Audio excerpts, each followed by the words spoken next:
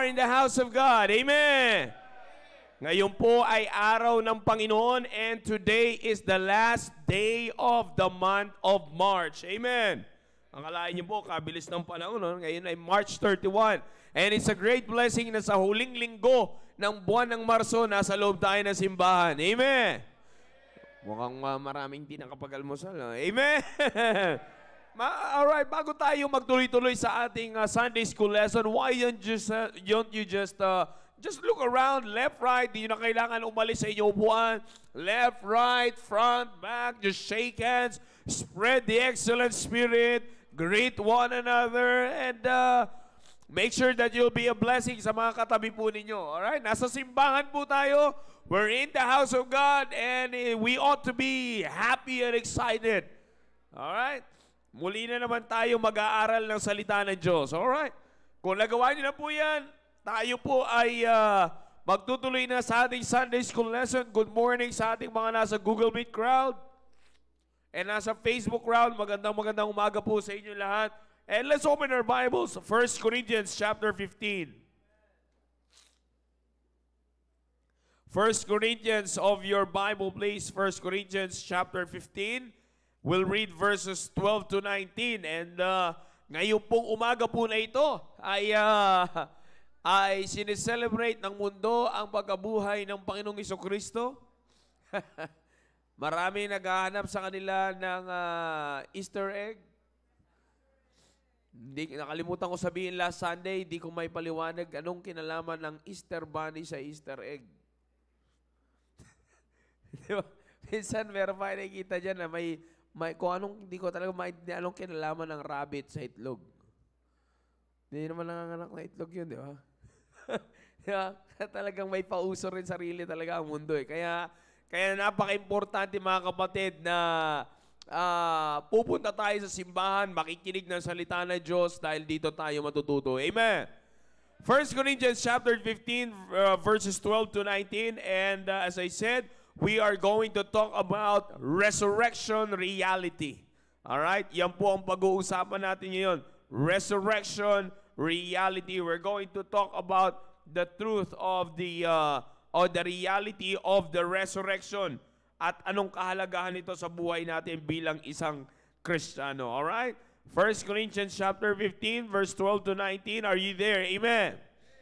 Alright, sabi mo ng Bible in verse number 12, now, if Christ be preached that he rose from the dead, how say among you that there is no resurrection of the dead? But if there be no resurrection of the dead, then is Christ not risen? And if Christ be not risen, then our preaching vain, and your faith is also vain. Yea, and we are found false witnesses of God, because we have testified of God that he raised up Christ, whom he raised not up, if so be that the dead rise not.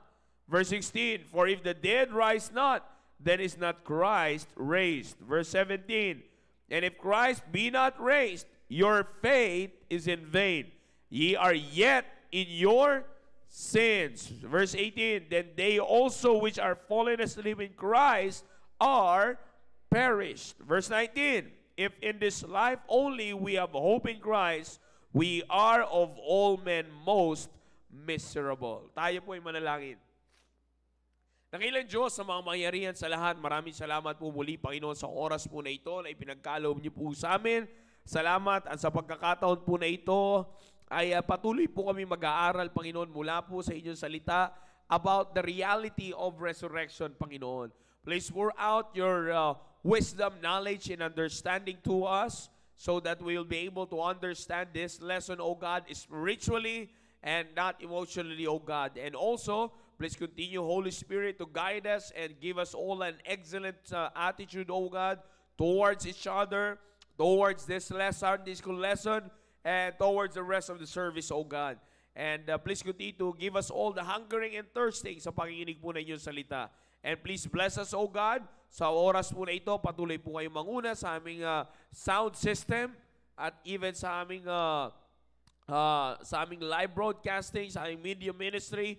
Continue to use this two ministries, O God, mightily give our staff, O God, the presence of mind and more wisdom and knowledge on doing their ministry so that, Panginoon, anumang magkaroon ng problema ay madali pong masolusyonan. And even, O God, the electricity, O God, please provide us a strong electricity, no power interruptions, O God, so that hindi maka-apekto sa buong pananambahan sa umaga po na ito. Please continue to take care of our brethren na papunta pa lamang po dito. Give us, O God, the joy to learn more sa inyo po salita, and please cleanse us from all unrighteousness and make us worthy to receive all the blessings na inanda niyo po sa amin sa umaga na ito. Sa pangalan ni Jesus, Amen. Please be seated. Alright, makakaupo na po tayo lahat, and let's get excited for this service, okay?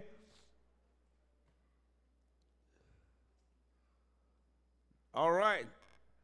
Dito po sa binasa po natin, by the way, as I said, brethren, we are going to talk about resurrection reality.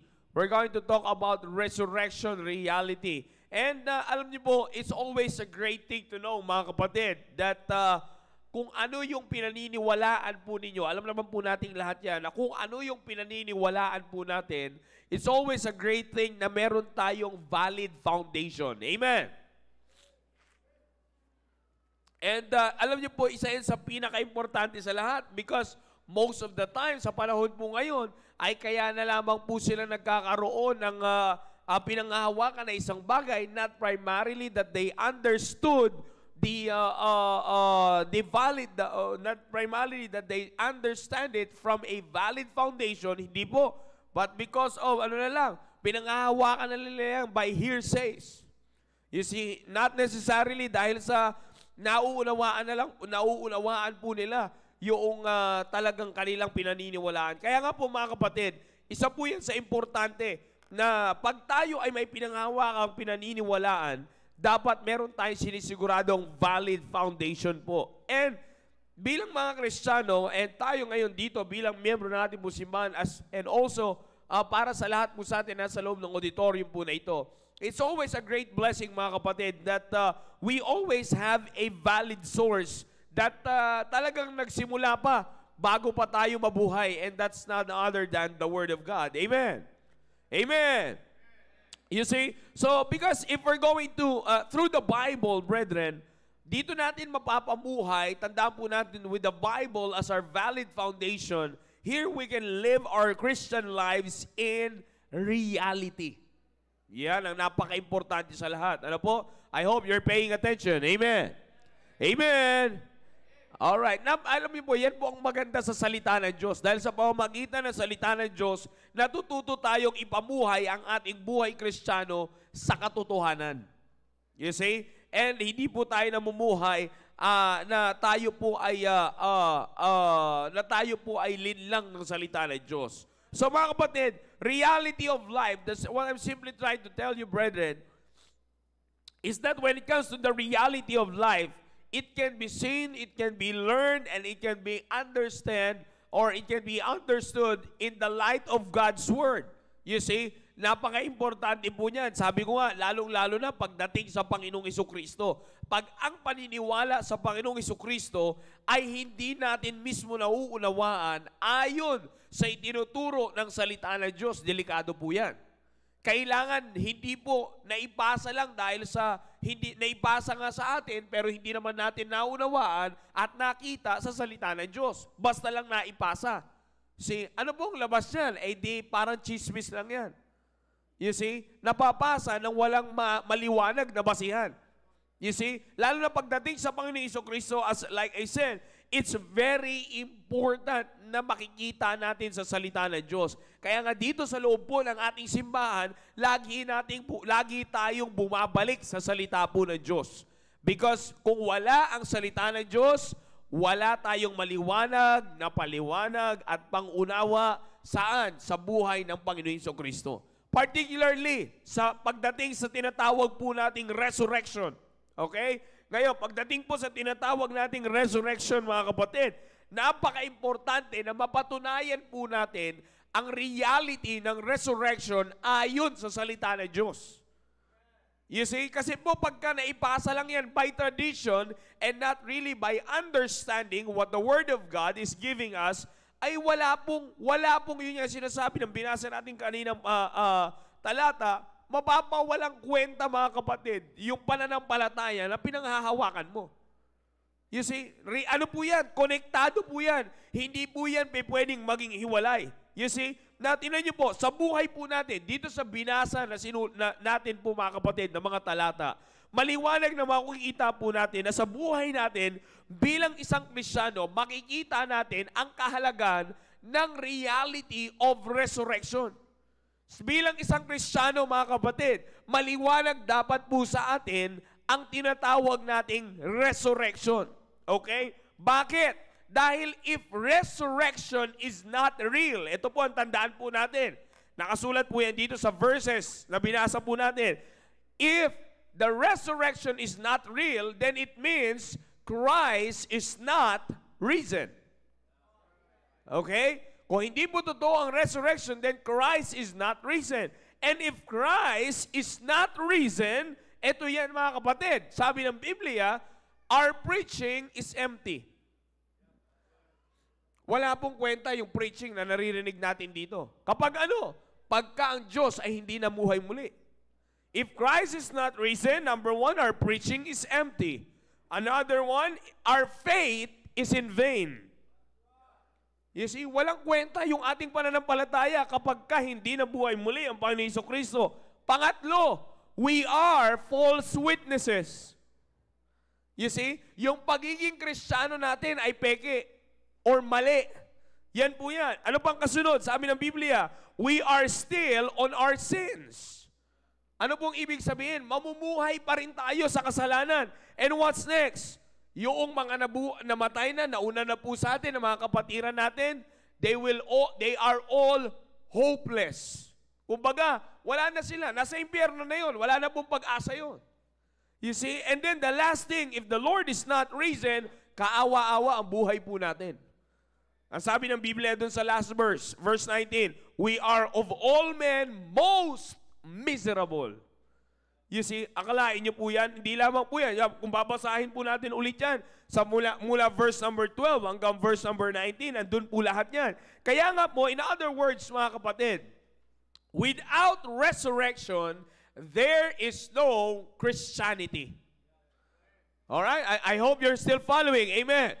Para po sa aming mga bisita na nandito na, magandang maunawaan niyo po ito. Para sa ating lahat, let's pay attention to this. Para makita natin, ano ba talaga ang kahalagahan ng resurrection at gaano katotoo ang resurrection and anong mensahe niyan sa buhay natin. Are you still following? Amen. Alright? Na again, sabi ko sa inyo, if Christ did not arise, ito po yung mga nangyayari sa buhay po natin. Kaya nga sabi ko sa inyo ngayon, without resurrection, there is no Christianity.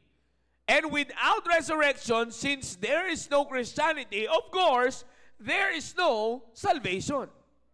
Hindi naman pwedeng magkaroon ng Christianity nang walang kaligtasan.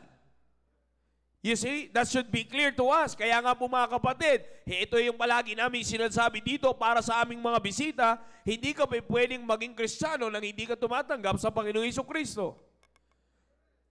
Mukhang wala akong katulong na miyembro doon. Are you alive? Amen. Sabi nila, linggo daw ng pagkabuhay ito, pero maraming Kristiyanong tulog. Pero unawain natin ang maigi. Sa atin, binabase natin sa salita ng Diyos, hindi by tradition. Are you ready to learn? Amen. Alright, let's continue. You see, again, tandaan po natin yan. Walang salvation if the Lord Jesus Christ did not resurrect. You see? Kaya para sa amin pong mga bisita, napaka-importante na kilalanin po ninyo at maging maliwanag sa inyo pagtanggap nyo sa Panginoon Jesucristo at pagsunod nyo sa Panginoon Jesucristo sa tubig ng bautismo. Napaka-importante niyan. Dahil sa Biblia, ang pundasyon ng Kristyanismo ay walang iba kundi ang Panginoong Jesucristo. At tatawagin lang natin ang ating sarili na Kristiyano kung tayo ay tagasunod ng Panginoong Jesucristo. Mula sa kaligtasan hanggang sa kanyang bautismo. You see that? So let's continue, brethren. Kaya nga, as we look on to resurrection, we can by category, we can check the reality from the foundation up to the realization ng reality ng resurrection, mga kapatid. Of course, in the light of God's Word. Now, tingnan niyo po ito. Bibigyan ko lamang po kayo ng ilang-ilan sa mga details para makita po natin at maunawaan po natin ang reality ng resurrection. Totoo ba ang resurrection? You see? Now, it is true. Reality, first thing na gusto ko ibigay sa inyo, it is reality because it has been first prophesied. Okay? Reality, we can see the reality of resurrection through the prophecy. Even ang Panginoong Jesucristo mismo ang nagsabi na siya ay muling mabubuhay. You see, let's open our Bibles. John chapter 2. Ngayon po, magbubukas tayo. Handa po kayo sa pagbubukas ng Bibles ninyo. And dahil marami po tayong patunay mula sa Biblia na bubuksan. Ano po? And bagamat meron po tayong nilalabas na verses sa screen, it's still much better, mga kapatid, na buksan po natin ang Biblia natin para mamarkahan nyo ang Biblia po ninyo. Alright? Para sa mga bisita po namin, dito po sa simbahan po na ito, kami po ay tinuturuan ng ating mahal na pastor at tinuturuan po tayo ng simbahan na ito na hindi ipinagbabawal ang Biblia sa bawat mamanampalataya. Alright? John chapter 2 verse 19. Makikita natin dyan, mga kapatid, ang patunay mula mismo sa bibig ng Panginoon Jesucristo. John chapter 2 verse number 19. Ano sabi ng Biblia? Verse number 19. Are you there? Amen. Alright? Sabi ng Bible po, verse 19, Jesus answered and said unto them, destroy this temple, and in 3 days I will raise it up. Maliwanag po yan, sinabi ng Biblia. O baka strange po sa atin. Nasa dyan sinasabi niya na muli siyang mabubuhay. Yan po mismong talata po na yan. It's because ang tinutukoy po na templo dyan ay ang kanya pong sarili. You see? Kaya nga po ang tanong dyan sa verse 20, then said the Jews, 46 years was this temple in building, and wilt thou rear it up in 3 days? Because ang nasa isipan nilang templo ay yung templo na katulad nito. Pero sabi sa verse number 21, but he spake of the temple of his, maliwanag, sinasabi ng Biblia. Anong tinutukoy niyang templo? His body. Kaya nga sabi po dyan, when therefore he was risen from the dead, his disciples remembered that he had said this unto them, and they believed the scripture and the word which Jesus had said. So you see? So mismo Panginoon, from the very mouth of the Lord Jesus Christ, ay sinabi niya na siya ay mabubuhay namang muli. Amen? You see? Siya pa lang po yan nagsasalita. Isa pa, mga kapatid, na sinabi niya po dito in Matthew chapter 12. Matthew chapter 12. Okay, let's open our Bibles. Matthew chapter 12. Babasahin po natin yung verse number 39 and verse number 40. Okay, makikita po natin dito na may binanggit po siyang prophecy. Okay, dito sa kabila, sir, meron pa dito. Alright, verse 39 and verse number 40. Sabi mo ng Bible, but he answered and said unto them, are you following? Amen. An evil and an adulterous generation seeketh after the sign. Because bago niya po ito sinabi, ang scribes and Pharisee po ay, kumbaga ay nanghihingi ng senyales sa kanya. Alright? Para hindi siksikan na, sir, pakipalipat nyo na lang silang dalawa dyan para sabay. Yan. Sige, ma'am, pwede pa po kayo dun, ma'am. Yan, okay. Sige, adjust na lang kayo, ma'am Kim. Yun. Alright. So, let's continue, mga kapatid. Mukhang marami pang usher na hindi nabuhay. Tulog pa yata eh. Again, let's continue. Verse 39. An evil and adulterous generation seeketh after a sign, and there shall be no sign be given to it, but the sign of the prophet Jonas. Sino tinutukoy po dyan na Jonas? Verse 40. For as Jonas was 3 days and 3 nights in the whale's belly. Now, alam na po natin kung sino tinutukoy. Si Jonah mismo po ito. So shall the Son of Man be 3 days and 3 nights in the heart of the earth. You see, maliwanag po yung sinasabi po ng Biblia dyan. So 3 days and 3 nights, nandiyan siya. And so maliwanag po yun sa 39 and verse number 40. Makikita natin dyan yung prophecy ng kanyang death and ng kanyang burial.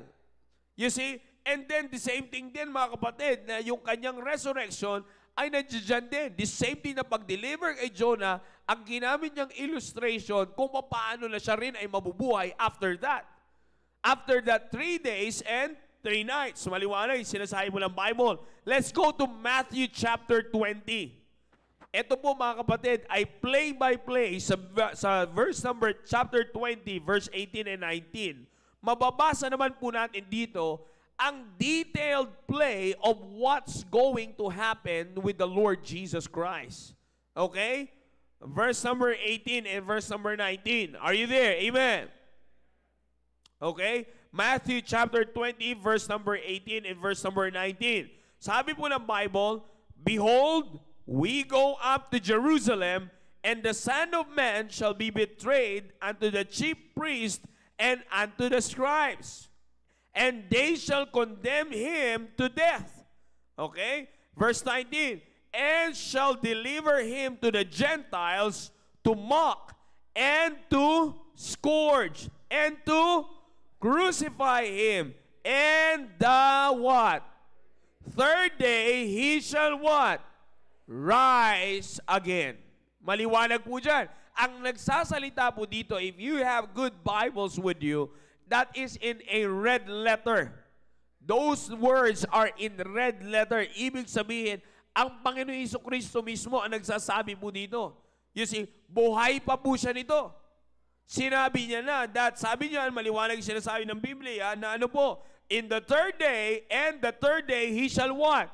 Rise again. So bago pa mangyari, marami pa actually passages po ito. Ang binibigay ko po sa inyo ngayon na passages are some of the passages na hindi ko po nabigay sa inyo before. Okay? Because last year ay nagturo rin po tayo patungkol po dito, and you can check that on our YouTube channel. At makikita nyo po sa playlist about the death, burial, and resurrection. Okay? 2 Sundays din po tinuro yan. So, makikita po natin dito, from these passages na binasa natin, Panginoong Hesukristo po lahat ang nagsalita. Buhay pa siya. Sinabi niya na siya ay mabubuhay muli. Nakukuha niyo ba? I don't know kung naiintindihan niyo po yung bigat na pinag-uusapan po natin. Buhay pa ang Panginoong Hesukristo, sinasabi niya na mabubuhay ako muli. Akalain niyo po yan, mismong Panginoong Hesukristo po. Kaya nga, through those prophecies, through these passages mga kapatid, makikita po natin na na ang Panginoong Hesukristo ay totoong mabubuhay ng muli. You see, alam niyo po ngayon, makikita po natin, parang ilagay natin sa realidad. Okay? Ito yung kanina sinasabi ko po sa inyo. Importante na alam natin mga kapatid, importante na alam natin na may pundasyon, may panimula. Alam natin yung panimula ng resurrection. You see, alam natin yung simula ng resurrection. It's because of the reason na pag hindi natin naunawaan, bigla na lang natin unawaan na, eto, basta nabuhay siyang muli. Minsan ganun tayong mga Pilipino okay na yan, basta ganyan. Sige, paniwalaan na lang natin yan. Hindi po tamang pamamaraan ng paniniwala po yun. Dapat naintindihan natin yung simula. Amen? Alright? So mismong Panginoon Jesucristo ang nagsasabi na siya ay maumuhay muli. So from that, Panginoon Jesucristo na yung nagsasalita, ay talagang makikita natin na totoo ang resurrection. Resurrection is real because it has been prophesied first from the very mouth of the Lord Jesus Christ. You see? Next, reality, makikita naman po natin ang resurrection reality. Okay? Ito po, marami tayo pag-uusapan po dito sa second point na ito, which is the last point of this lesson. Reality through what? Resurrection, the reality of resurrection can also be seen through infallible biblical proofs. Marami naman din po tayong makikitang patunay, mga kapatid, na ano po, na ang resurrection ng Panginoon Jesucristo ay talagang nangyari. Bakit? Through the biblical proofs. Acts chapter 1 verse 3. Ito po makikita natin na maliban sa Panginoon Jesucristo, may mga iba pang nagpapatunay na siya ay talagang nabuhay. Acts chapter 1 verse number 3. Okay? Acts chapter 1 verse 3. Are you there? Amen. Okay, ito maliwanag po ito. Sabi niyo po dito, to whom also he showed himself alive after this passion by many what? Infallible proofs, being seen of them 40 days and speaking of the things pertaining to the kingdom of God. So maliwanag yan. Ang nagsulat po nitong book of Acts ay si Luke. Okay? During this time, si Luke po ang nagsulat po ng Acts of the Apostles at binanggit niya po yan dyan, mga kapatid, na ang Panginoon Jesucristo, He showed Himself alive. You see? Alive after His passion by many infallible proofs. Now, tingnan niyo po, mga kapatid, ito yung tanong na dapat na ilagay po natin sa isipan po natin. What can be considered? Ano yung mga dapat na mai-consider po natin as an infallible proof? Pagka nakakita tayo mismo, halimbawa tayo, paano natin mapapatunayan o paano tayo makakapagsabi na ang isang tao ay nabuhay namang muli? You see? Paano natin yan? Sa atin mismo, personally, anong pwede nating i-consider para masabi natin na totoo na yung tao na yan ay nabuhay namang muli? Any ideas? Of course, the first one is what? Through seeing. Di ba? Paano yung infallible? Pag sinabi natin infallible, yun talagang hindi mo maidideny na pruweba. You see, paano natin masasabi yan na siya'y nabuhay? Of course, number one, sa pamamagitan ng pagkita natin doon sa personal. Halimbawa, sabihin ko na si Brother Jeniel ay namatay at sabihin niya, alam niyo ba na si Brother Jeniel ay namatay pa nabuhay muli? You see, pag tinanong, anong pakita mo? Nakita ko. Anong patunay mo? Nakita ko mismo. Isa sa mga pwede nating matibay na pruweba na masabi natin na talagang totoo na may nabuhay, ay kay nakita mo. Is that true? Amen? You see, through seeing. Pangalawa, ano? Hindi lamang kung nakita mo, kundi kung nahawakan mo pa. Bagamat walang maglalakas ng loob sa atin dito na may tumayo mula sa morgue, ang hawakan nyo yun muli. Di ba? Walang maglalakas na. May kita nyo minsan sa mga palabas-palabas yan eh. Ano lang yung makikita natin? You see? Ano lang yung makikita natin? Pagka may nabuhay, may namatay, nag-zombie-zombie, anong reaction kagad ng tao? Tatakbo na. You see? Bagamat nakita niya na buhay, pero hindi niya hahawakan. Bakit? Nandun na yung takot eh. You see? Pero ibig sabihin, yan yung mga patunay talaga na hindi mo maiwasan totoo yung nangyari. Nakita, through touching them, of course, through hearing them. Mapakinggan mo na nagsasalita. Para masiguro mong tao talaga yon. Persona talaga yon. Dapat nagsasalita yon, maliwanag. And then, of course, ito yung pinakamatindi. You see, lalo pa kung nakita mong kumakain at nakikikain at nakikiinom sa inyo. Pagka yun ang nakita natin, talagang masasabi mo, nabuhay ito. You see, yun ang masasabi mo natin. Kaya ko po sinasabi yan sa bawat isa po sa atin because lahat itong binanggit ko po sa inyo is exactly what the Lord Jesus Christ did with His disciples, and they become a witness of the reality of His resurrection. 1 Corinthians 15. Balik po tayo sa 1 Corinthians chapter 15. I hope nakakasunod kayo, mga kapatid. Pinapakita ko po sa inyo ang katotohanan, mga kapatid, ng pagkabuhay ng Panginoon Jesucristo. 1 Corinthians chapter 15, verses 1 to 4. Alright? Kasi importante po nito, makikita natin ang patunay sa salita ng Diyos eh. Para hindi natin nilalaro. Mamaya, papaliwanag ko po sa inyo. Verse number 1, are you there? Amen. Sabi mo ng Bible, verse 1, moreover, brethren, I declare unto you the gospel which I preach unto you, which also ye have received, and wherein ye stand. Verse 2, by which also ye are saved, if ye keep in memory what I preached unto you, unless ye have believed in vain. Verse 3, for I delivered unto you first of all that which I also received. Si Apostle Paul po, by the way, nagsasalita dito. How that Christ, what? Died for our, according to the Scriptures. Verse number 4, and that He was, come on, read with me, and that He was, and that He rose again the third day according to the what? Maliwanag po yan, mga kapatid. You see, maliwanag na sinasabi ni Apostle Paul na ang aking pinipreach dito ay yung aking tinanggap din. Ang aking binabahagi sa inyo ay yung akin ring itinanggap. You see, na ano yung tinanggap niya? You see, yung katotohanan na si Jesucristo ay namatay para sa kasalanan natin. Sinabi niya dito, according to the Scriptures. Siya ay inilibing at muling nabuhay on the third day, according to the Scriptures. You see, maliwanag, it has been very clear in the Word of God, in the Bible, mga kapatid. Napakaliwanag dito na si Apostle Paul ay nagsasalita ng content ng gospel and through infallible proofs, mga kapatid, in the Bible, according to the Scriptures, lahat po ito ay nangyari. Tingnan niyo po, ano ang mga infallible proofs na makikita po natin? Sabi ko sa inyo kanina, para masabi natin na infallible yan, kailangan pag nasabi mong nabuhay yung isang tao mula sa patay, nakita mo. Alright? In verse number 5, makikita po natin dyan, he was seen, sabi ni Apostle Paul, he was seen by Cephas, which is known as Peter. Verse number 5, ano sabi dyan?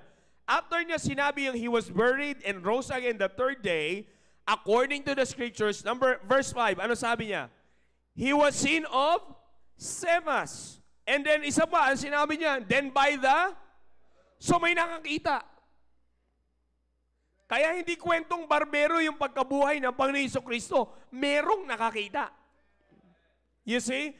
Now, ano pa po sinabi dyan? Hindi lamang po si Peter at saka yung 12. Verse 6. After that, he was seen of above 500 what? 500 brethren at once. O kalahin niyo po, may bilang na to. You see, hindi na po pwede itong pasubalian na, hindi, gawa-gawa lang, kwentong barbero lang yan. Paano mo sabihin kwentong barbero? 500 na ito. O hindi ito 500 na magkakahiwalay na occasion. They have seen the Lord at once. Imagine sa kalagitnaan po natin magpakita ang Panginoon Jesucristo. Ganun po yung sinasabi ng Biblia. He was seen by Cephas, he was seen by the 12, he was seen by the 500 brethren at once. Ano pa sabi dyan? He was seen by James, verse number 5, or verse number 7, I'm sorry. After that, he was seen of and all the apostles. And then sinabi niya sa verse number 8, and last of all, he was seen of me also as of one born out of due time. Maliwanag po yung sinasabi natin. By the way, baka lang po makalimutan natin mga kapatid. And even mga kapatid, in the book of, sa Gospels, mamaya makikita pa po natin. In the Gospel, meron pa tayong titingnan na mga proof from the Gospel. Kasi kaya ko po inuna yung book of 1 Corinthians because sa panahon po ng dito po sa 1 Corinthians, this is already a church letter. Patunay na to ni Apostle Paul to those people na hindi naranasan yung naranasan nila na pagkita sa Panginoon Jesucristo. Kaya nga, alam na lang ng tao na siya ay namatay, pero hindi nila na-witnessan na siya ay buhay. Sino na lang ngayon ang nagsasabi? Etong mga naka-witness mismo. Pinapatunayan nila ang katotohanan ng resurrection so that hindi sila lalabas as what? False witness. You see that? Maliwanag po yan. May mga pinakita po silang patunay. Naupunta po tayo mga kapatid sa mga gospel proofs. Pag sinabi natin infallible gospel proofs, nandoon po sa book of Matthew, Mark, Luke, and John. Matthew chapter 28 verse 6. Alright? Unahin natin sa book of Matthew. Alright? Matthew chapter 28 verse number 6. Okay? Ang sabi po dyan, sa verse number 6, are you there? Amen. Alright. He is not there, for he is what? Risen, as he said. Come, see the place where the Lord lay. Sino po ang nandito? Ang nagsasalita dito? It's the angel. Nung time, mga kapatid, na si Mary Magdalene and the other Mary ay pumunta po doon sa libingan ng Panginoon Jesucristo. Kung iangat nyo lamang pong pagbabasa, makikita nyo po yan dyan. You see that? And then, makikita po natin dito, mga kapatid, sa pagpapatuloy po ng pagbabasa nyo dyan, makikita po natin dyan na masaya sila na ibinahagi sa kanila ng angel na ang Panginoon Jesucristo ay wala na dito sa libingan dahil siya ay nabuhay namang muli. Kaya makikita niyo po yan. Pwede niyo po tapusin yan hanggang sa verse number 10, which is nagsalita na ang Panginoong Jesucristo. Alright? So Matthew chapter 28, verse number 6, maliwanag na sinasabi dyan, He is not here, He is risen as He said. So tuloy po tayo. Mark chapter 16. Meron tayo sa book of Matthew. Napunta tayo sa book of Mark. Mark chapter 16. 4 Gospels po yan. Matthew, Mark, Luke, and John. So sa Luke and sa John, meron din po tayo. Punta muna tayo sa Mark chapter 16, verse number 6. Alright? Sabi po dyan sa verse number 6, And he said unto them, Be not affrighted, ye seek Jesus of Nazareth, which was crucified. He is what? Risen. He is not here. Behold the place where they laid Him. So makita naman po natin dyan, in-emphasize din na wala na ang Panginoon Jesucristo dahil siya ay nabuhay. Punta tayo sa book of Luke chapter 24. Luke chapter 24 verses 5 to 6. Okay? Luke chapter 24 verses 5 to 6.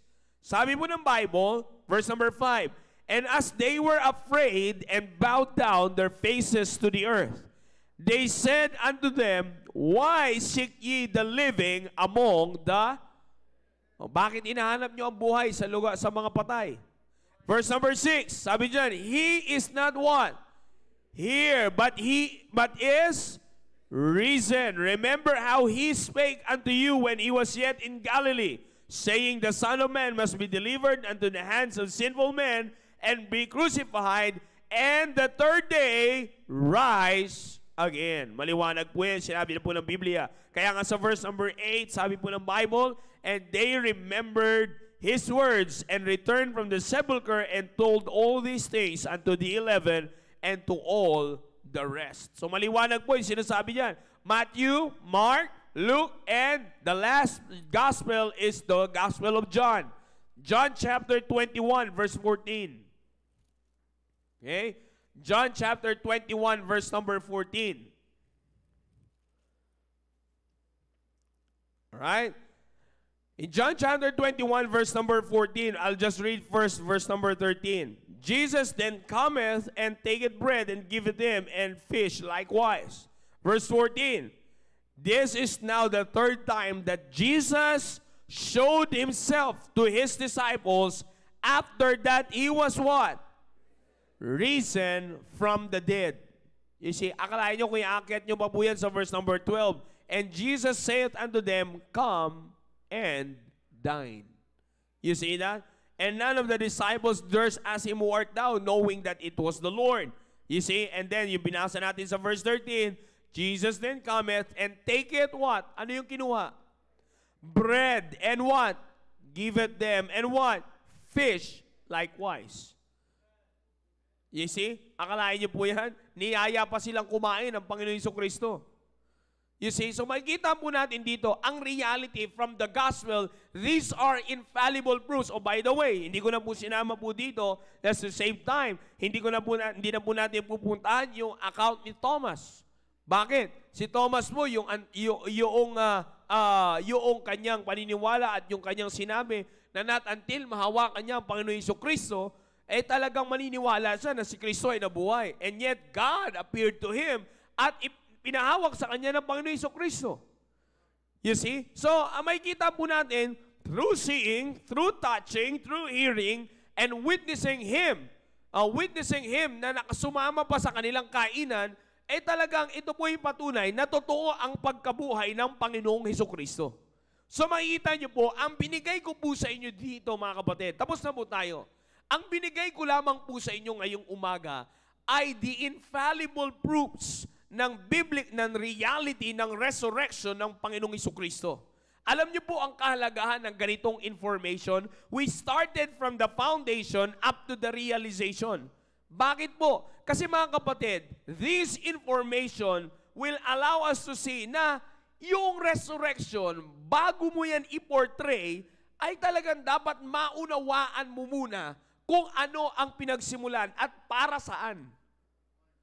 You see, mahirap kasi mga kapatid na ang naipasa na lang sa atin ng maling tradisyon ay yung basta mo na lang gawin, gayahin yung ginawa ng Panginoon Hesukristo para ano? Ito nga, sabi ko nga mga kapatid, minsan, na makikita kasi natin yan. Alam ko naman, hindi kayo ignorante dyan. Nagiging katatawanan na yung ginawa ng Panginoon Hesukristo. Meron nagpapapako sa krus, nalalaglag. Merong pinapalo, nung pinapalo, nanlaban. Alam nyo naman yan, nakikita nyo naman yan. Hindi lamang po yun. Ano pa? Meron nagpapalo ng sarili niya. Sa sobrang tirik ng araw, nag-tricycle. Hindi po ako nagbibiro. Nakita nyo siguro yan. You see? Tricycle driver siguro yun eh. May panata siguro siya. Pinagpapapalo niya sarili niya. Hindi na kinaya yung init, sumakay sa tricycle niya. You see that? Merong yung naghahatakan. Ikaw lang, para pa saan nila yon. Hinahatak, tinali, at hinahatak yung isa bibitawan. Binitawan ng isa, dumiretso sa kanal. You see? So ano po yung nakikita natin? Sa kanilang kakagaya, dahil sa maling na ipasang tradisyon, they are becoming blasphemous. Napaglalaruan na lang yung ginawa ng Panginoon Hesukristo. Lalong-lalo na pagdating sa pagkabuhay muli ng Panginoon Hesukristo, nagiging laro na lang. Ang sabi po ng iba, makikita mo sa Facebook pagka binash yung mga nagtatawanan, sabi nila, kanya-kanya tayong pamamaraan ng pag-honor sa Diyos. How is that honoring? Kanya-kanya tayo ng pag-alala sa ginawa ng Panginoon. Anong klaseng pag-alala yung ganong bagay? You see, that is blasphemy against God. You see? So, alam nyo, minsan, ang kagandahan lang, maraming Pilipino lang namumulat po ngayon. Kaya, imbis na mag-galong-galong, pupunta na lang sa resort pinakinabangan pa yung holiday. You see? Kaya ko lang sinasabi yan, mga kapatid, it's because of the reason na hindi, alam niyo po ba, kaya ko lang nabanggit ulit yan. Meron din ako nakita kasi last time na yung rebulto, nag-aalo siya ng rebulto, sabi niya, hindi porket gumagawa ko ng rebulto, ay sumasamba ko sa rebulto. Ito lang yung pamamaraan ko para alalahanin ang Panginoon Hesukristo. Medyo magulo siya dun, You see? Kaya ko sinasabi yan, mga kapatid, it's because there's a proper way of understanding resurrection. There's a proper way of understanding the death, burial, and resurrection, and the proper way of giving honor to what the Lord Jesus Christ did. Kaya nga binabalik po natin ang detalye sa salita ng Diyos at muli nating tinitingnan in the light of God's Word kung ano ang reality ng mga nangyari sa Panginoong Hesukristo. Amen! Bakit? Alam niyo po kung bakit? Because if we understand this clearly, yung resurrection, it pictures a risen and glorified Savior. Yan ang pinipicture po, mga kapatid, ng resurrection. A risen, glorified Savior. Kaya nga, mga kapatid, ang isang tao na normal, na tinatanggap ang isang risen and a glorified Savior, it will compel him. It compels every believer na makapag-produce ng bunga na, mga kapatid, yung bunga ay mapapakita ang glorification or ang glorification ng Panginoon Hesukristo. Kaya nga, tingnan niyo po, ano po, dito mga kapatid, ano ang resulta? After witnessing what the Lord Jesus Christ did, anong nagiging resulta, mga kapatid? Itong mga naka-witness mo na ito, nagkaroon ng changing sa kanilang buhay. Nagkaroon ng pagbabago ng buhay. Si Apostle Paul, persecutor to eh. Mismo sa kanya, nagpakita ang Panginoon Jesucristo eh. Remember Damascus Road? Nagpakita sa kanya ang Panginoon Jesucristo. Ano nangyari sa kanya? Nabago yung kanyang buhay. Dating hindi naniniwala sa Diyos, again sa Kristyanismo, nagpakita sa kanya na nabuhay talaga ang Diyos, ayun, nabago ang buhay. Kaya nga mga kapatid, pagka tayo ay merong paniniwala sa Panginoong Jesucristo na nabuhay namang muli, kailangan may pagbabago sa buhay. Kasi dyan nakapattern yung ating Christianity, dyan nakapattern yung ating what? Salvation. Kaya lagi kong sinabi sa iyo, last Sunday, binanggit ko po ito. Yung nangyayari po ngayon is, etong pinapag-usapan po natin, this is literally an evidence mga kapatid. At nakikita natin ngayon, na wrong understanding will always bring you to wrong belief. And wrong belief will always result into wrong practice. Kaya nga tingnan niyo po mga kapatid, marami ngayon, sabi ko sa inyo kanina, marami ngayon ang nagsiselebrate ng pagkabuhay ng Panginoon Jesucristo through their traditional Easter Sunday. Marami. In fact, actually, kahit Baptist churches, maraming ganyan eh. You see, nagsiselebrate sila sa traditional ganyan. But what they are missing is the main point on upholding the message of resurrection. Yun ang problema ngayon. Kaya nga tingnan nyo, after na tinatawag ng linggo ng pagkabuhay, ano pong nangyayari? Lahat na niniwala sa linggo ng pagkabuhay, patay. Bakit? Lasing nung gabi. You see, after nila ng Holy Week, sabi ko nga sa inyo last week, sa ating Sunday School lesson na Not So Holy Week, ano pong nangyayari? After ng Holy Week, after ng linggo ng pagkabuhay, balik ulit sa kasalanan. Maliwanag. So ano nangyayari? Meron silang ginawa na hindi nila nauunawaan. Kaya nga dito mga kapatid, sa simbahan natin, muli nating sinasariwa, every time na nangyayari yung ganito, lagi nating sinasariwa mga kapatid, ang katotohanan mula sa salita ng Diyos. Para maunawaan natin ng maigi na ang pinaka-importanting pag-alala at pag-honor sa ginawa ng Panginoon Jesucristo na death, burial, and resurrection, ipamuhay mo. Kung talagang magpapakilala tayong Kristiyano, ipamuhay natin ang mensahe ng death, burial, and resurrection. Anong patunay? Yung pagkakaroon ng bagong buhay. Kaya para sa aming mga bisita, mauunawaan niyo po yan. Mamaya, may lalapit sa inyo at the end of the service, muling ipapaliwanag sa inyo ang ginawa ng Panginoon Jesucristo para sa kabayaran ng ating kasalanan at para tayo magkaroon ng panibagong buhay sa Kanya. Amen? Para sa atin naman, if you are saved and you follow the Lord in water baptism, I believe you can shout aloud, Amen. Alright, let's all stand up please. Let's pray. Dakilang Diyos sa mga pangyarihan sa lahat, maraming salamat po Diyos sa oras na ipinagkaloob niyo po sa amin. Maraming salamat at pinangunahan niyo po kami sa oras po na ito on our Sunday School lesson.